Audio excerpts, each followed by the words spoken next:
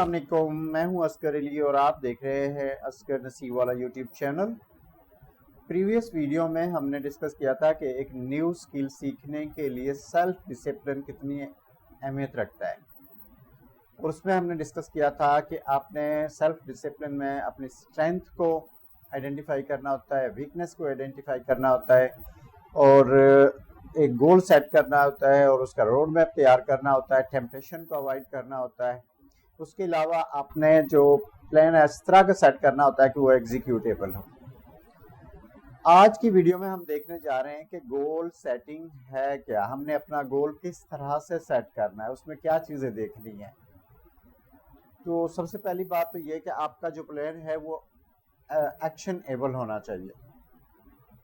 جی، اس میں فرسٹ چیز ہم ڈسکس کریں گے کہ میئریبل ہو، آپ کا جو گول ہے میئریبل ہو۔ میئریبل سے کیا مراد ہے کہ اس کا اینڈ پوائنٹ ہونا چاہیے، ان لمیٹڈ نہیں ہونا چاہیے، ٹھیک ہے۔ آپ کو پتا ہونا چاہیے کہ میرا مقصد کیا ہے، میرا ٹارگٹ کیا ہے۔ سیکنڈلی وہ ٹریکیبل ہو۔ ٹریکیبل کا مطلب یہ ہوتا ہے کہ step to go up and and, یعنی کہ آپ اوپر جائیں اور اس کا کہیں نہ کہیں جا کے اینڈ ہوتا ہو، ٹھیک ہے۔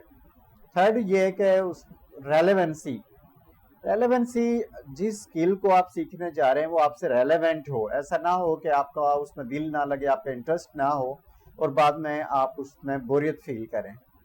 تو وہ آپ سے ریلیونٹ ہونی چاہیے اسکل جو بھی آپ سیکھنے جا رہے ہیں۔ فورتھ نمبر پہ جی اٹینیبل ہو۔ اٹینیبل کا مطلب ہوتا ہے کہ یہ جو گول ہے یہ اچیویبل بھی ہے کہ نہیں، آپ نے جو ٹارگٹ سیٹ کیا ہے، جو گول بنایا ہے، کیا وہ فزیکلی پاسبل ہے کہ آپ اس گول کو اچیو کر سکیں یا نہیں کر سکیں، ٹھیک ہے جی۔